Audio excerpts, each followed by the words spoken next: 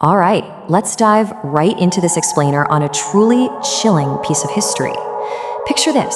It's 1960, and 4 teenagers head out for a camping trip in Finland to celebrate a sweet 16th birthday. But what was supposed to be this joyous, fun weekend ended up becoming an unsolved mystery so incredibly baffling, it literally defies all logic. Let's unpack exactly what happened. So to set the scene for you here, it was June 4th, 1960. 15-year-old Mia, her 18-year-old boyfriend Nils, and their 2 close friends, Seppo and Anja, hopped on their motorcycles and rode out to the beautifully secluded Lake Bodom. They were there to celebrate Mia's sweet 16th out in nature. And as you'd expect, they were super excited. But right off the bat, things got a little weird. They stopped at a local kiosk to grab some sodas and beers, and they were met by this surprisingly hostile woman running the stand. She didn't just give them bad service, she practically shooed them away, angrily demanding they go set up their tent as far away from her as humanly possible. Now, a really crucial detail is that they were camping during what's called a white night. If you don't know what that is, it's this surreal summer phenomenon in Finland where the sun never fully sets. So instead of pitch black darkness, the night sky just kind of keeps this hazy, continuous twilight glow. The teens spent the evening swimming and relaxing under this bright sky, totally unaware of what might have been watching them from the dense woods nearby. The afternoon and evening went by perfectly normally, but then, right around midnight, absolute chaos erupted. After the 4 of them squeezed into their tent to get some sleep, a brutal, totally frenzied attack from the outside brought the heavy canvas crashing down right on top of them. Hours go by. Then, at around 6 a.m., some unrelated fishermen out on the lake spotted something super strange. A mysterious blonde man sprinting out of the forest, running fast away from the campsite. It actually wasn't until later that morning, just before noon, that the horrific discovery was finally made. A local father and his sons were walking the trails, just enjoying the day, when they stumbled upon this crumpled heap of canvas. Inside, they found Seppo, Anja, and Mia, who had tragically been viciously stabbed 15 times, all dead. But as the police arrived and started examining the grim scene, they heard this faint gasping sound. Unbelievably, Nils was miraculously still breathing. His face had been beaten so severely he was nearly unrecognizable, suffering massive facial fractures, but somehow he was alive. Now, because of those severe head injuries, Nils couldn't remember much of the actual attack, but he did remember one terrifying detail that stuck with him. He distinctly recalled waking up to the sound of rustling outside. He looked up, and he saw a dark, shadowy figure blocking that hazy white night light at the tent flap, and the one thing he absolutely couldn't forget, bright, glowing red eyes staring down at them, right before the tent violently snapped down. Part 1, the bizarre clues. Because let me tell you, as investigators started combing through this shuttered campsite, they quickly realized this was no ordinary robbery. The deeper they looked, the more baffling the whole scene became. When you think about what was actually taken versus what was left behind, it makes zero sense. If you're robbing someone, you'd expect the valuables to be gone, right? But the killer entirely bypassed the teenagers' wallets and watches and literally left both heavy motorcycles just leaning against the trees. But bizarrely, they did take the motorcycle keys, Nils's prized leather jacket, and very strangely, Nils's shoes. I mean, why leave behind easily pawnable items but take a pair of worn shoes? Well, those missing shoes became a massive piece of the puzzle. The police were so stumped that they actually called in the military to help search the massive forest surrounding the lake. They eventually found Nils' shoes ditched about 500 meters away from the campsite, deliberately hidden underneath a pile of leaves.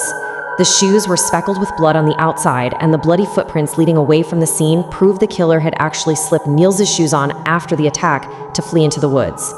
So, the big question, who could have done this?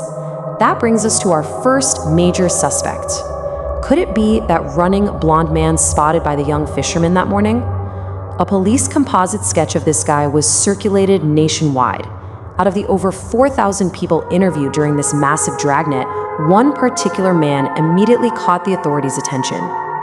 Enter Hans Assmann. Now, on one hand, Hans' appearance was incredibly suspicious. The very day after the murders, he checked into a hospital matching the sketch perfectly. He was covered in dirt with unexplainable red stains on his clothes, and he was acting wildly erratic. But, on the other hand, police found he had a rock-solid alibi. They confirmed he was 15 miles away with his girlfriend's family on that exact night. So, despite looking incredibly guilty, His airtight alibi proved he was just a really bizarre red herring. With Hans cleared, the trail went completely cold. For over 4 decades, Lake Bodom was essentially just a local ghost story. But then, fast forward 44 years to 2004, prosecutors absolutely stunned the nation of Finland by making an arrest. They arrested the 62-year-old sole survivor, Nils Gustafsson, which forces us to ask a pretty dark question. Could the survivor actually be the killer? The trial pitted two entirely different theories against each other. The prosecution claimed that an argument over Mia escalated and that Nils killed his friends in a total rage, hid his own shoes, and then violently injured himself as a cover-up. But Nils' defense was unwavering. He maintained the exact same memory he had in 1960 of that red-eyed figure, and more importantly, he pointed to his own near-fatal injuries. I mean, it would be incredibly difficult, actually, scratch that, it would be almost completely impossible to self-inflict massive facial fractures like he had. The jury ultimately believed Nils' consistent story and the physical evidence of his own severe injuries. They easily acquitted him, and the government even awarded him a monetary settlement for his suffering. Okay, so with Nils cleared, we are right back to square one, but this brings us to a local theory that has persisted in the Lake Bodom area for decades. It centers on a 55-year-old local man named Carl Voldemar Gillström. Let's explore if this hostile neighbor could actually be the true culprit behind the bloodshed. So Carl lived directly on the shores of Lake Bodom. And remember that surprisingly hostile kiosk lady who angrily shooed the teens away at the beginning of our story? Well, Carl was her husband. Carl had a deep, well-known hatred for campers. He actually had a violent history of terrorizing them, sneaking out at night to cut down their tents, throwing rocks at their campsites, and even shooting at them. Locals immediately suspected Carl in 1960, but police totally overlooked him. Why? Because his alibi was provided solely by his wife. Yes, that very same angry woman from the kiosk, who simply claimed he was home in bed asleep the whole night. For years, locals whispered that the police had completely missed their man. Then, 9 years after the murders, while casually having drinks with a neighbor, Carl unexpectedly blurted out this horrifying confession. He looked right at his neighbor and said, "Don't you understand that I'm the murderer of Bodom?" The neighbor was so caught off guard and totally horrified by this blunt confession that they allegedly told Carl right then and there that if that was true, he should go drown himself in the lake. And here is the incredibly dark twist to this case. The very next day, Carl was found dead. He had drowned in Lake Bodom, right near the exact area where the teenagers had been attacked nearly a decade earlier. To this day, police have never been able to determine exactly what happened. Was it just a drunken accident? Was he murdered by someone seeking vigilante justice? Or was it a guilt-driven suicide, prompted by his neighbor's harsh words and the heavy weight of what he had done to those innocent kids? Which leaves us with the ultimate question to ponder as we wrap up this explainer. Did the dark truth of Lake Bodom drown in those waters with Carl?